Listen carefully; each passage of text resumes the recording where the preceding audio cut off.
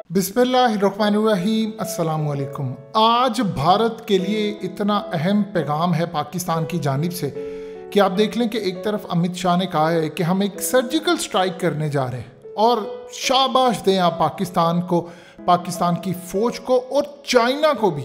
जिस दिन अमित शाह ने ये बात की है उसी दिन पाकिस्तान ने चाइना से HQ-9 एयर डिफेंस सिस्टम, जो बेसिकली S-300 रशिया का जो है, उसकी आप समझ लीजिए कॉपी है। इस वीडियो की अहम डिस्कशन चलती रहेगी, लेकिन इससे पहले आप वीडियो को लाइक करें, हकीकत टीवी को सब्सक्राइब कर लें और बेल आइकन पर ज़रूर क्लिक करें। चाइना ने बेसिकली S-300, S-400 लेने के बाद S-300 की कॉपी की, HQ-9 बनाया और ये HQ-9 उन्होंने पहले साउथ चाइना सी के अंदर डिप्लॉय किया। फिर उसके बाद इन्होंने HQ-9 को डिप्लॉय किया लद्दाख में और इस वक्त डिफरेंट जगहों के ऊपर इन्होंने डिप्लॉय किया। S-400 भी डिप्लॉय है। अब असल में HQ-9 का उन्होंने अपग्रेडेड वर्जन लेकर आए, जिसकी जो रेंज थी वो 250 किलोमीटर थी और मल्टीपल एयरक्राफ्ट और डिफरेंट टारगेट को ये हिट कर सकती थी। अब इस वक्त जो पाकिस्तान ने एक्वायर किया है, अब पूरे का पूरा श्रीनगर इस वक्त पाकिस्तान की रेंज में है। देखिए, एक जानिब चाइना ने अपना डिप्लॉय किया है तो इंडिया के तमाम एरियाज लद्दाख वाली साइड पर और इनके तमाम चाइना की रेंज में है। दूसरी जानिब वही चीज़ पाकिस्तान ने यहाँ पर डिप्लॉय कर रहे हैं और जिसके बाद पूरे का पूरा श्रीनगर, यानी जहाँ से इन्होंने सर्जिकल स्ट्राइक करने का प्लान बनाया है, वो पूरे का पूरा इस वक्त पाकिस्तान के इस एयर डिफेंस सिस्टम की रेंज में है। और एक की बजाय चाहे जितने मर्जी इनके जहाज़ आएँ, सबसे पहले तो मल्टीपल टारगेट को हिट करने की ये सलाहियत रखता है। और एक इंटरेस्टिंग सूरत हाल है जो लोगों को अभी तक समझ नहीं आ रही।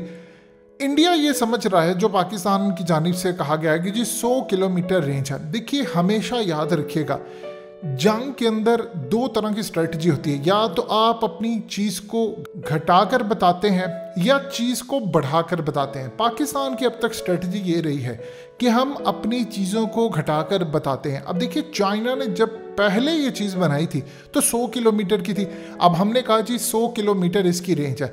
जबकि दुश्मन, जब आप इन तरह की चीज़ें सामने रखते हैं तो दुश्मन आपकी तैयारी के मुताबिक अपनी तैयारी करता है। मिसाल के तौर पर अगर 100 किलोमीटर का कहे तो वो 120, 25, 30 किलोमीटर तक की तैयारी करके रखता है। असल में हमारी रेंज 250 किलोमीटर तक है या इससे ज़्यादा है, कम है, हम दुश्मन को बताते नहीं हैं, लेकिन 100 किलोमीटर से हमारी रेंज ज़्यादा है। जब आप इस तरह की स्ट्रेटजी लेकर चलते हैं तो उसका फ़ायदा 27 फरवरी जैसे मामलात में होता है। देखिए, चाइना में ये इतना ज़्यादा अहम और मकबूल है कि चाइना के अंदर बाकायदा उन्होंने अपने टीवी प्रोग्रामों में लोगों को बताया है कि इसकी अफादियत क्या है, ख़वातीन को हायर किया, उन्होंने एक एक चीज़ लोगों को बताई। और इसका ये मतलब था कि ताकि लोग समझ सके कि चाइना कितने ज़बरदस्त लेवल पर काम कर रहा है। देखिए, चाइना ने काम ये किया कि S-300 लिया तो चाइनीज़ इंजीनियर ने इसकी रिवर्स इंजीनियरिंग की, रिवर्स इंजीनियरिंग करके उसमें बहुत सारी चीज़ें बेहतर की और HQ-9 तैयार किया। अब आप देखें कि जिस चीज़ को चाइना ने खुद साउथ चाइना सी के अंदर, लद्दाख के अंदर और अब उसके बाद अरुणाचल या डिफरेंट जगहों पर मज़ीद वो डिप्लॉय करेंगे, वही चीज़ उन्होंने पाकिस्तान को बेटर वर्जन के साथ दी। ये अमेरिका वाली सूरत हाल नहीं है कि जो F-16 वो खुद यूज़ करते हैं वो पाकिस्तान या किसी और मुल्क को देते हैं तो उसको मॉडिफिकेशन के साथ देते हैं। ये थ्रू आउट की चीज़ है कि यानी मिसाल के तौर पर इंडिया को जो राफेल तैयारे मिले वो वर्जन ही नहीं है जो फ्रांस की एयरफोर्स यूज़ करती है। उसको आप कम दर्जे में रख कर फिर यूज़ करते हैं कि कल को क्या पता आपकी उनके साथ ही लड़ाई हो जाए तो एक एज रहे। अब चाइना ने काम ये किया है कि चूँकि पाकिस्तान और चाइना एक दूसरे के साथ है। देखिए, अगर चाइना की सर्वाइवल है तो फिर पाकिस्तान की सर्वाइवल है। पाकिस्तान का वजूद चाइना की वजह से बरकरार है, चाइना का वजूद पाकिस्तान की वजह से बरकरार है और दोनों, याद रखिएगा, इस वक्त एक जिस्म बन चुका है। जिसके किसी भी हिस्से पर दर्द होगा तो पूरे जिस्म में दर्द उठेगी। इस वक्त सूरत हाल ही है कि पाकिस्तान ने इंडिया को एक पैगाम दिया है कि ख़ास तौर पर जो तुम्हारे लद्दाख में, यानी देखिए, अब जहाँ तक चाइना की रेंज नहीं जा सकती थी वहाँ से पाकिस्तान की रेंज शुरू हो जाएगी। और जाहिर सी बात है, और किसी जगह से कहाँ से आ सकते हैं। इन्होंने ज़्यादा से ज़्यादा LOC या इन जगहों से आएंगे और यहाँ पर तो हम क्लियरली इनके साथ निशाने पर हैं कि हम मल्टीपल टारगेट हिट कर सकते हैं। और सबसे ज़्यादा इंटरेस्टिंग सूरत हाल है, इंडिया के S-400 आने से पहले ये चीज़ है। अब इंडिया ने काम ये किया है कि S-400 जब आएगा तो वो तो बड़े खुश हैं, लेकिन उनको एक चीज़ सुब्रमण्यम स्वामी ने जो बात की है वो बिल्कुल ठीक है, वो रोज़े रोशन की तरह यहाँ हो चुकी है। वो क्या चीज़ है? वो ये है कि चाइना का इलेक्ट्रॉनिक सिस्टम सारा S-400 में लगा हुआ है। ये इनकी भूल है कि जब S-400 वो यूज़ करेंगे तो याद कीजिए जिस तरह ईरान के मिसाइल की डायरेक्शन आपने चेंज कर दी थी और उसके बाद उन्होंने किसी और मुल्क के जहाज़ को हिट कर दिया, इंडिया के साथ भी ये काम हो सकता है।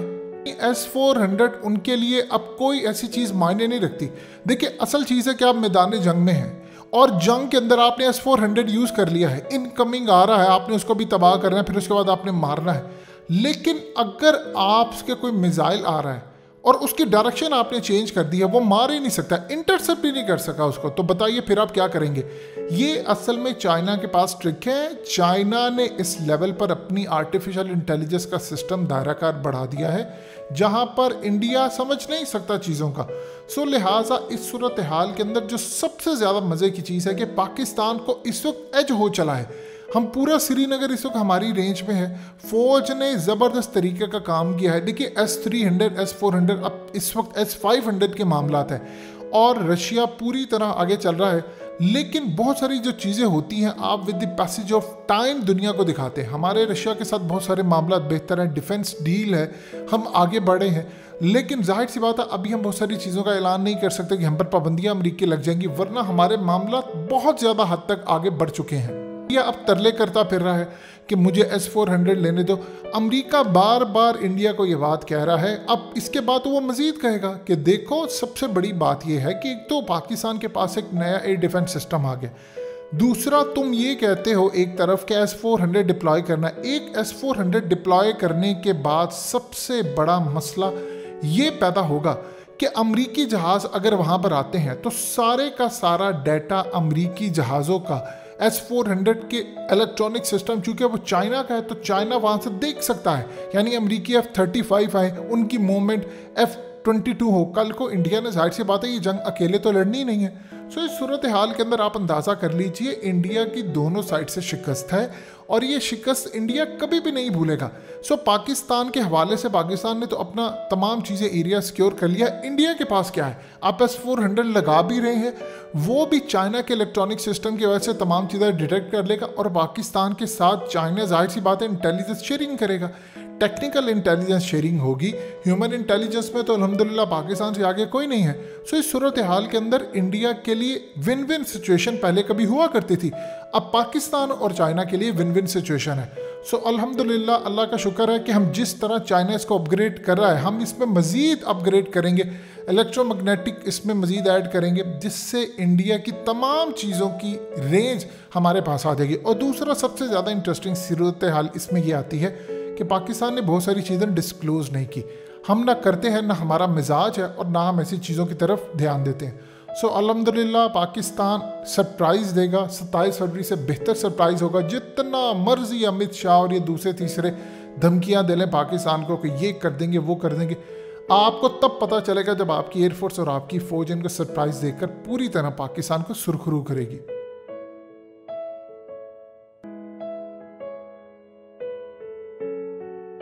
हकीकत टीवी को सब्सक्राइब करना मत भूलें, वीडियो को लाइक करें, शेयर करें और कमेंट सेक्शन में अपनी राय का इजहार ज़रूर करें।